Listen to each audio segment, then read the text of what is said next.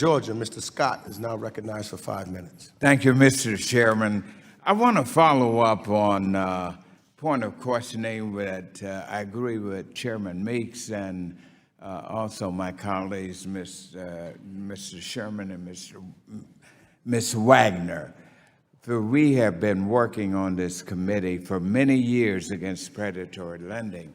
But what we found out is that we need to do a rifle approach to solving this problem and not a scattergun that could bring innocent bystanders in that are actually out here doing a remarkable job providing credit access and lending to the very people that we are concerned about avoiding from the predatory lenders. Let me start with you, Ms. Lemon. When it comes to the creation of new financial products, are there not other pro-consumer features to products that policymakers should focus on beyond the APR?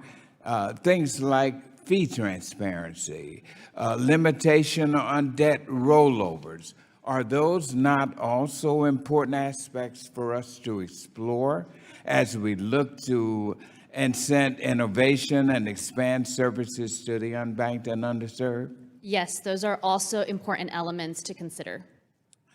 And now, let me get to the heart of the matter here. In your written testimony, you describe feedback from some lenders in your state stating that they preferred an interest rate cap to underwriting guardrails. Our concern on this committee is around access to credit.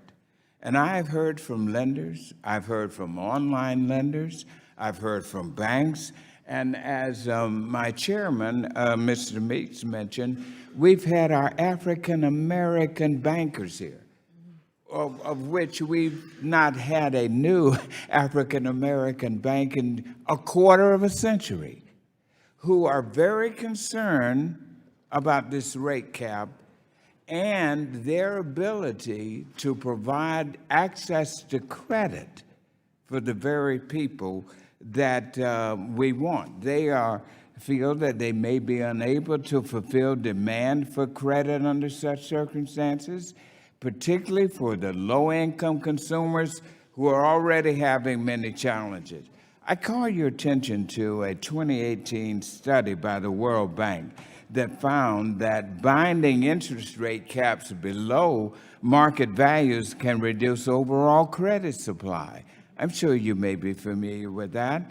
A separate study looking at the experience in Chile found that the impact was felt most profoundly by the youngest, least educated, and poorest families, the very families that you and I both are concerned about. And also, let me add this, because of the underwriting costs are strained by the rate cap, the lender must make larger loans in order to make the loan profitable. This means that consumers may take out a larger loan than they need, which can place our consumers in a financially precarious position. And the rate cap extends broadly to most types of credit and is not narrowly targeted.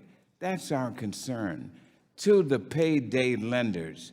And rate caps cause a loss of credit availability, particularly for non-prime, subprime consumers who pose greater risk at the default. And this is because the lender cannot afford to offset the underwriting costs due to the rate cap. So all I'm saying is that we can't dismiss these concerns. We got to deal with them. So what I want to kind of hear from you, Ms. Lemon, on this, what information did you have prior to passing your law that led you to believe the rate cap would not restrict access to credit? The very principle of our law is that high interest rates caused higher defaults for the very same families that we are trying to serve. And so that is a concern. We saw over 20,000 Californians have a car repossessed and over 100,000 Californians go into default because of these loans.